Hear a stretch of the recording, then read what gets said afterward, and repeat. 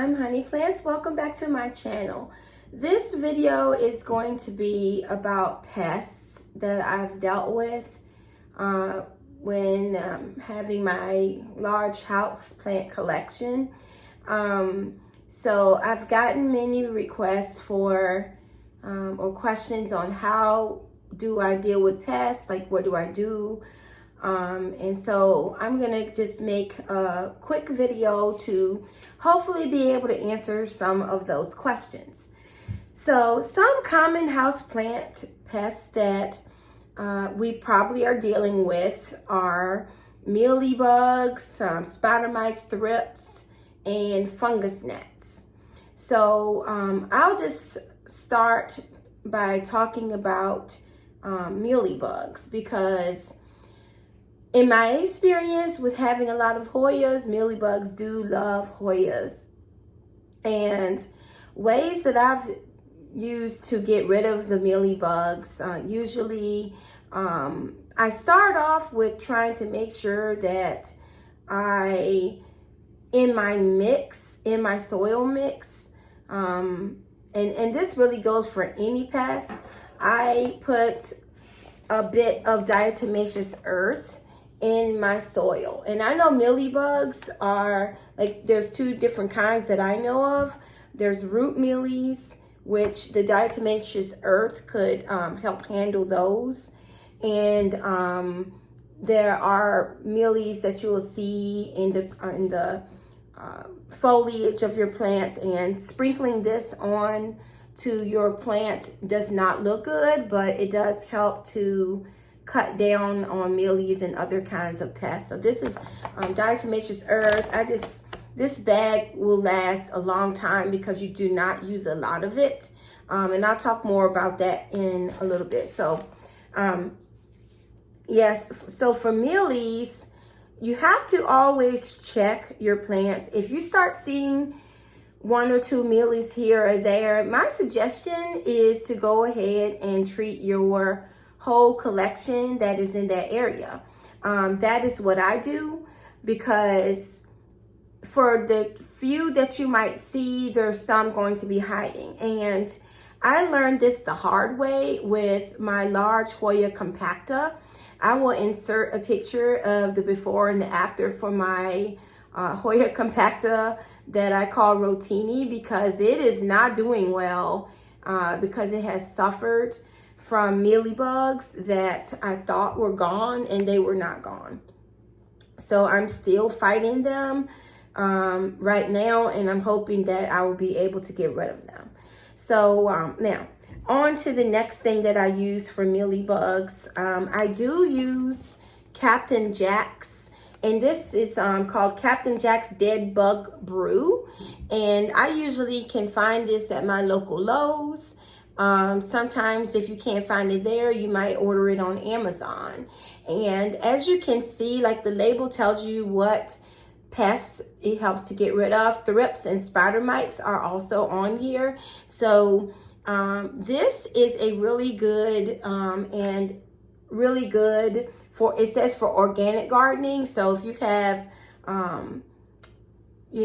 a problem with using chemical solutions and things like that, so you might be using this one on your collection to try to get rid of mealybugs or other pests. Now, when you are checking for mealybugs, I suggest looking into the little crevices of your plants. And I'll just use this plant for an example since it's right here.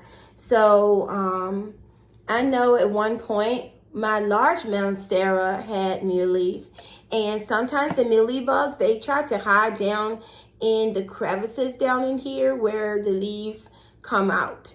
So when you are treating and spraying the Captain Jack's or other mixtures, just make sure that you are focusing on those crevices down in there, in the caterpillars if they have them, and also the undersides of the leaves, because that is a prime location for pests to hide, is underneath the leaves. Because out in nature, rain comes down and they could get washed off. But, you know, if they're hiding underneath the leaf, then they have a better probability of being able to stay where they want to stay, so they can kill the plant or get their dinner, whichever way you want to look at it. Let me see. So mealies are soft-bodied, so they're easy. Like if you see one or two, you could squish them if you're not freaked out by that. But I would still go back and spray a treatment on them. And then if you think there's a heavy infestation, what I do is I use houseplant systemic. And this is applied to the soil and it's drenched in, you water it in. And this is supposed to stay actively killing the insects for 8 weeks. And what happens is that the plant uptakes this into its root system, and then the plant becomes poisonous to mealybugs and other pests that are affected by this, basically this poison. Now, if you're putting your plants outside, some people are very, you know, sensitive about putting the plants that have had systemic in them outside. And some say, don't ever put them outside because they bother the bees and things like that. So, it does wear off. It says it's not effective after 8 weeks, or it's effective up to 8 weeks. So I just go by that, and you know, I reapply this to my plants, and I put this in everything, because when you have a large plant collection, you need something that's going to get rid of pests so that your collection will not be wiped out. Or one of your favorite plants won't be wiped out. Now, I will say that I have been applying this, and I put this in my rope plant that is suffering, and it is still suffering. And I think that the reason is because the compacta has so many crevices that the mealybugs are just able to hide, like, you know, their eggs and things like that. They're able to hide. But on a flatter leafed Hoya like this lacunosa not lacunosa, pubicalyx that's back here, it's much easier to get rid of mealybugs. I don't get super upset about, you know, if I see 1 or 2 mealies on there, then I'll go ahead and spray Captain Jack's or some other concoction that I have and get rid of them. To be honest with you, if you have a really large collection of plants, it is normal to see a few pests. It's like you're outside, but you bought the outside in. So you're going to see a few pests. I don't let that freak me out when I am doing my indoor gardening. Now, for mealies, I also make a concoction of neem oil. And I mix neem oil with Dawn dish soap, or we have this off-brand, which is the same thing. Some of this. And I also use, I thought I had my thing of alcohol here. Rubbing alcohol, and you put some of that in there and mix it in with water in a spray bottle, and you can spray your plants down. You would think that the alcohol is too harsh for the plants, but it does not hurt the plants, but it does kill the mealies on contact. Some people take a Q-tip and they put the alcohol on the Q-tip, and they go through the plant, you know, 1 crevice at a time, looking for mealies and things like that. But if you have a large problem, you're going to need to do more than that. You might even need to use a pump sprayer or a spray bottle, like something that you've purchased specifically for your pest treatment mixture, or something that you've rinsed out and reused, which I do that quite a bit. Now, other pests that you may come in contact with are spider mites. And spider mites, you'll see you'll see a little bit of webbing, you know, but on the stems of your plants, on the petioles, and you'll see these tiny things that look like tiny spiders in the webbing. And I found that, like, for example, my Thanksgiving cactus came indoors one year with spider mites on it, and I didn't realize that until like the next day. It just was covered in webbing. And what I did was I just took it away from the rest of my plants, and I sprayed Captain Jacks, and I liberally sprayed it with the Captain Jacks, and I let it stay in isolation, and the plant was fine. So for me, in my care, spider mites have been one of the easiest pests to get rid of. I don't worry about spider mites that much. I think spider mites do like a dry environment. And I try to keep, like, my home is about at 50% humidity according to my humidifier. Spider mites like it to be really dry. So that's one of the things that helps them to thrive. So this Captain Jacks would work on spider mites if you have them as an issue. Some plants, like the prayer plants, the marantas and things like that, they sometimes will get spider mites, but they also get mealybugs on them. So you'll have to check. And, with pests prevention, it really is a matter of every time when you are doing plant care, that's part of it, is checking your plants, looking up and down the petioles and underneath the leaves to make sure that your plants are not becoming infested with some kind of pest.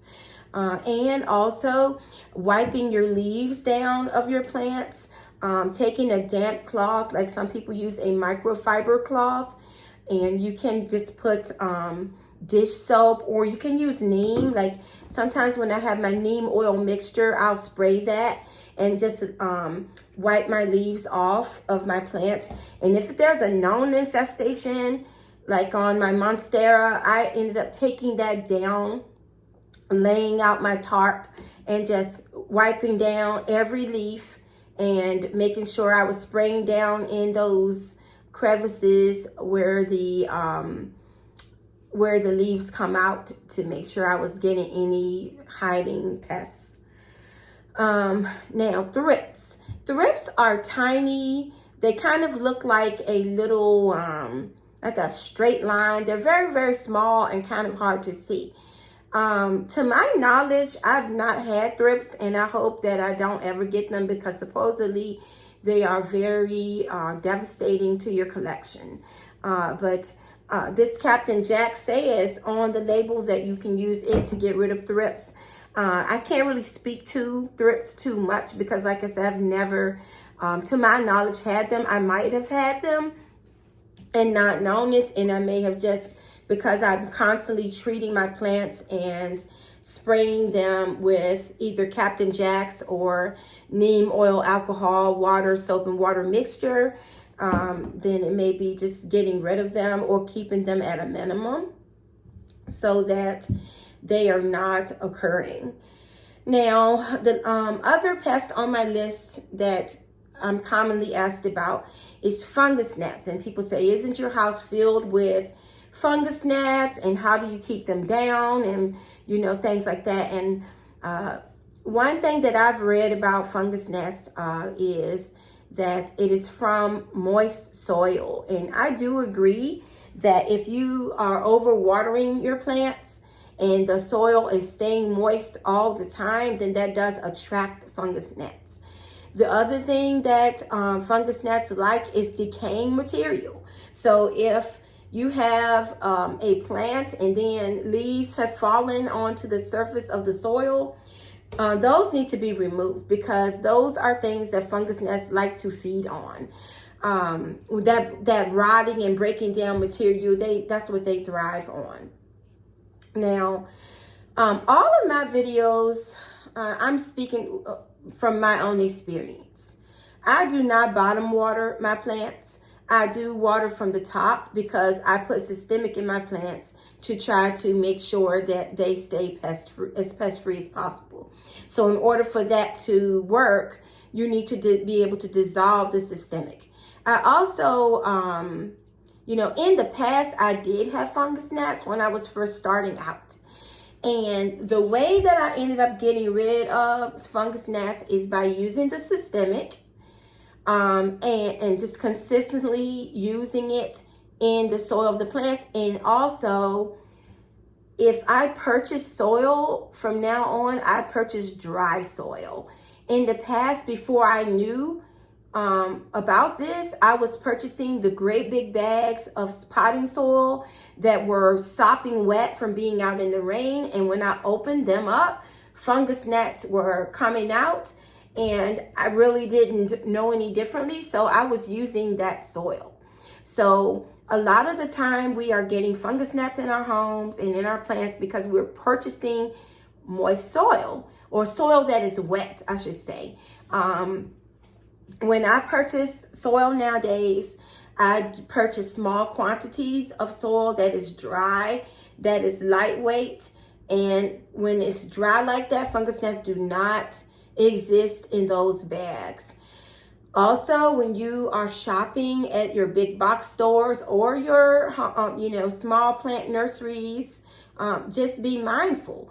If you see fungus gnats flying around the plant, or like when you pick the plant up to look at it and gnats are coming out, just be prepared that that plant does have fungus gnats.